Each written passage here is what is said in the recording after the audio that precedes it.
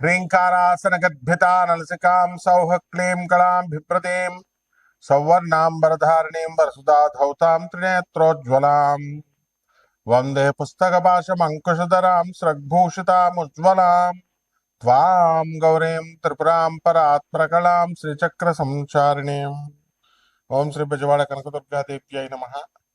శ్రీ దుర్గామల్లేశ్వరాభ్యాం నమః. మనకి కుజగ్రహానికి చాలా ఇంపార్టెన్స్ ఉంది. ఆ కుజగ్రహము కనుక మన జాతకంలో బలమైనటువంటి స్థానాల్లో కనుక ఉన్నట్లయితే బ్రహ్మాండంగా మనం భూమండలాన్ని పరిపాలించవచ్చు. అలాగే అప్పుల బాధ లేకుండా జీవించవచ్చు. ఒక మిలిటరీ కమాండర్, మార్షల్, అలా బ్రిగేడర్ ఇలాంటి పోస్టులు పొందొచ్చు. అలాగే హోమ్ మినిస్టర్ అవ్వచ్చు. ఫైర్ ఎక్స్టింగ్విషర్లో సుప్రీం పోస్ట్ పొందొచ్చు ఆ డిపార్ట్మెంట్లో.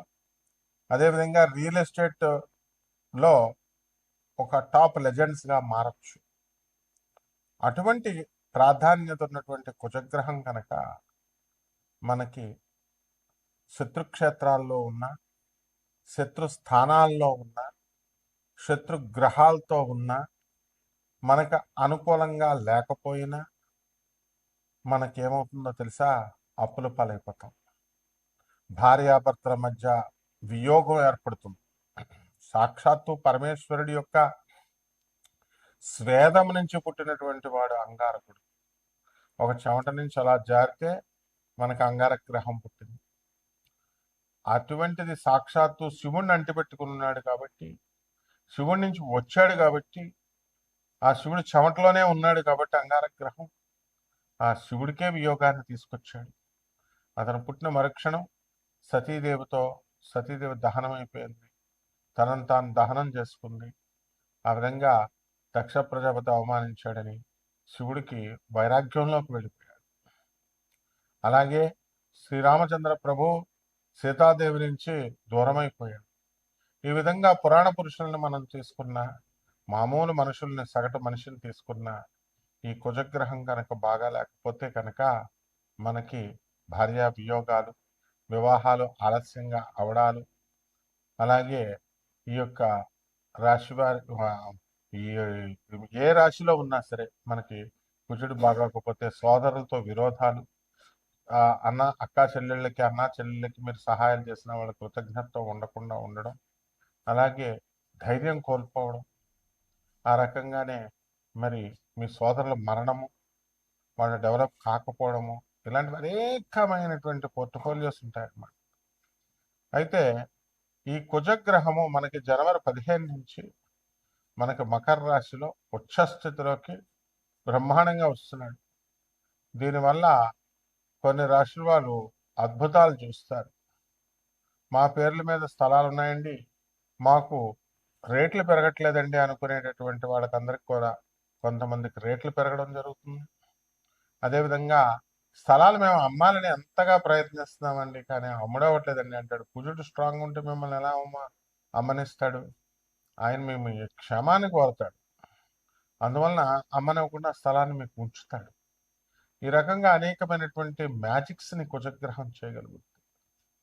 కాబట్టి అటువంటి కుజగ్రహము మనకి జనవరి 15, 2026 సంవత్సరం నుంచి మకర రాశి ప్రవేశం చేయడం, అలాగే మనకి ఫిబ్రవరి 24వ తేదీ వరకు కూడా మనకి అక్కడే ఉండడం మకర రాశిలో అద్భుతమైనటువంటి మార్పుల్ని మన జీవితాల్లో ద్వాదశ రాశి వారికి తీసుకొస్తుంది.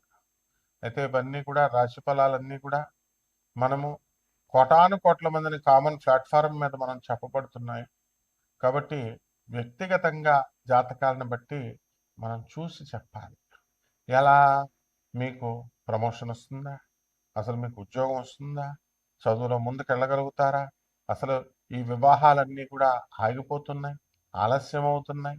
నోటి దగ్గరకు వచ్చి రియల్ ఎస్టేట్ వాళ్ళంతా కూడా మనకి అమ్మడానికి పార్టీలు ఒక 10 రోజుల నుంచి మేము డీల్ చేసామండి, కానీ మాకు అంటుకోవడం లేదండి, వాళ్ళు జారిపోతున్నారండి అనేటటువంటి వాళ్ళు, వివాహాలు, ప్రేమ వివాహాలు, వీళ్ళంతా కూడా మేము వెళ్తున్నామండి, కానీ అక్కడ ఈ ప్రేమ వివాహాలు ఫెయిల్ అవుతున్నాయండి. ఏమండి మేము అమెరికాలో ఉన్నామండి, మరి శుక్రమూఢం అన్నారండి మీరు ఫిబ్రవరి 1, 2026 వరకు కూడా. కానీ అయినా సరే ఆ పెళ్లి కూతురు ముందుగా మనం మాట్లాడుకుందాం అని అంటుందండి. కాబట్టి మా అబ్బాయిని పంపించమంటారా, పంపిస్తే అవుతుందా? ఇలాంటి అనేకమైనటువంటి సందేహాలు అందరికీ ఉంటాయి. శుక్రగ్రహం మనకి ఇది చేస్తుంది ఏమిటి, ఈ యొక్క వివాహ వ్యవస్థని డామినేట్ చేస్తుంది. కానీ కుజగ్రహం ఉండడం వల్ల మనకు అనేకమైనటువంటి ధైర్యంతో మనం పనులు చేయడం ఇవన్నీ జరుగుతాయి. కాబట్టి మీ వ్యక్తిగత జాతకాలని మనం పరిశీలించిన తర్వాతే మరి వీళ్ళందరికీ కూడా మనం జాతకాలు చెప్పగలుగుతాం. అప్పుడు ఎప్పుడు ఏది జరుగుతుందని. అయితే ఎవరినైనా జాతకం అడగాలి అని అనుకున్నప్పుడు ఇదివరకు కాలంలో గురువు గారండి అని చెప్పి చక్కగా ప్రేమతో గురువు గారిని అడిగేవారు. పాతకాలం గురువులంతా కూడా మా గురువుగారు మధుకృష్ణ శాస్త్రి గారు, మరి అలాగే శకుంతలాదేవి గారు, వాళ్ళంతా వచ్చేవారు. బెంగళూరు వెంకటరామన్ గారు, వీళ్ళంతా మా గురువు గారి దగ్గరికి సశాస్త్రీయంగా సహేతుకంగా మేము మా గురువులకు కృతజ్ఞతలతో చెప్పాలి. ఎందుకంటే అంత చక్కగా శాస్త్రబద్ధంగా మా గురువులు చెప్పేవారు. మరి అటువంటి డిసిప్లిన్ అనేది గురువుల దగ్గర నుంచి వస్తుంది. కాబట్టి మా గురువు గారి దయ వల్ల మనకి డిసిప్లిన్ అనేటటువంటిది మనకు రావడం జరిగింది. కాబట్టి పాపం జాతకం తెలుసుకోవాలని చాలా మందికి ఆశ ఉంటుంది.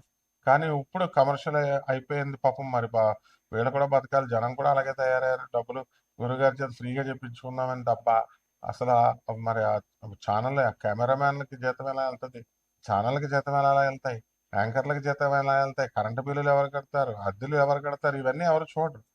అంతేకాకుండా టైటిల్స్ ఎలా పెట్టారండి, అలా పెట్టారండి, ఏమండి ఇలా చెప్పారండి అని సలహాలు ఇవ్వడానిక మనం ఫోన్ నెంబర్లు ఇచ్చేది?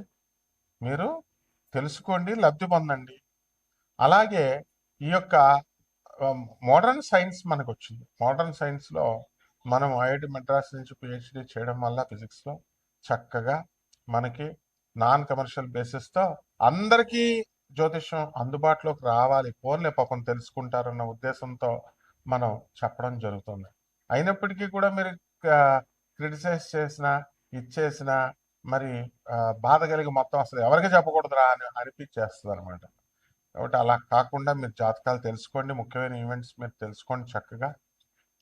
ప్రతి ఒక్కళ్ళు కూడా డిసిప్లిన్ అనేటటువంటిది ముఖ్యం. ఫస్ట్ ఆ డిసిప్లిన్ ఇచ్చేదే కుజుడు అనమాట. ఇప్పుడు జుట్టు ఎక్కువ పెంచుకున్నారనుకోండి, కుజుడు అంగీకరించడు. ఇలాంటి ట్రిక్స్ ఉంటాయి, అందుకు గురువు కావాలి. అంతేగాని ఊరికనే జాతకం ఏమండి నేనే మనం జాతకం చెప్పేస్తామండి, వీళ్ళకంటే నాకే బాగా తెలుసండి. ఒక ఆవిడ చెప్తుంది యుఎస్లో ఉండి, నేను జాతకాలన్నీ నాకు తెలుసండి. తెలియడం కాదమ్మా, నీ గురువు ఎవరో తెలియాలి. నీ పొజిషన్ ఫస్ట్ పాయింట్. నీ గురువు ఎవరు? గురువు విజ్ఞానం లాగా ఈ మామూలు సైన్సెస్ లాగా నేర్పరు. అది సాధన బలం ఉండాలి, డిసిప్లిన్ ఉండాలి, గురువు మీద ప్రేమ ఉండాలి, గురువు కాళ్ళు పిసకాలి. ఇన్ని తతంగాలు చేస్తేనే గురు పరంపర. అప్పుడు గురు మండలం నుంచి మనల్ని ఆశీర్వదిస్తారు, వాక్కు ప్రసన్నమవుతుంది, వాక్కు వస్తుంది. కాబట్టి 12 రాశుల వారికి కూడా ఈ యొక్క కుజగ్రహ మార్పు వల్ల ఉచ్చ స్థితిలోకి వచ్చినటువంటి మకర రాశిలోకి వచ్చినటువంటి కుజగ్రహ ప్రభావం వలన 12 రాశుల వారికి ఒక్కొక్క రాశి వారికి ఏ విధంగా ఫలితం ఉంటుందో మనం చూద్దాం. మీనరాశి, ఈ మీనరాశి వారికి అందరికీ కూడా ఏలినాటి శని వస్తుంది. మరి మీనరాశి అసలు ఈ మీనరాశి వాళ్ళే లబ్ధి పొందినంత ఇదిగా ఎవరు కూడా లబ్ధి పొందరు. కుజుడు ఏకాదశంలోకి వచ్చేసాడు కాబట్టి అడవిలో పడేసినా మీరు సంపాదించేస్తారు. మీ స్థలాలు ఎక్కడున్నాయో కూడా తెలియదు. ఒక వ్యక్తి గుట్ల బేగంపేటలో వాడి స్థలం ఎప్పుడో 500 రూపాయలకు కొన్నాడు, వదిలేశాడు. అమలా గారు, మన అక్కినేని అమలా గారు ఉండే బ్లూ క్రాస్ దగ్గర పక్కన, మెహర్ బాబా సంస్థ పక్కన వాడు వాచ్మెన్ గా ఉండేవాడు. బోల్డ్ అన్ని వచ్చినాయి స్థలాలు, వాచ్మెన్ కాపలా కాసినందుకు 2 స్థలాలు ఇచ్చారు. అయితే ఆ స్థలాలన్నీ రేట్లు పెరిగినాయి. గుట్ల బేగంపేట మరి మదపూర్ అయ్యప్ప సొసైటీ దగ్గర బ్రహ్మాండంగా రేట్లు పెరిగిపోయినాయి. కోటీశ్వరుడు అయిపోయాడు అతను. ఆ విధంగా మరి ఏకాదశంలో ఈ యొక్క కుజుడు వచ్చినప్పుడే. కాబట్టి కుజుడు ఏం చేస్తాడని నేను అనుకోకూడదు.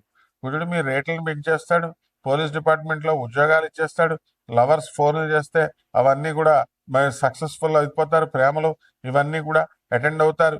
మరి ఈ యొక్క ప్రేమ వ్యవహారాల్లో కూడా మీ యొక్క వాళ్ళ యొక్క ప్రేమికులు, మీరు ప్రేమించినటువంటి వాళ్ళ యొక్క చెల్లెళ్ళు కానీ అక్కలు కానీ అన్నలు కానీ మీకు సహాయం చేయడం జరుగుతుంది. ఆదాయాలు బ్రహ్మాండంగా పెరిగిపోతాయి. ఎక్కడికి మీరు వెళ్ళినా సక్సెస్ తప్ప ఫెయిల్యూర్ అనేటటువంటిది ఉండదు.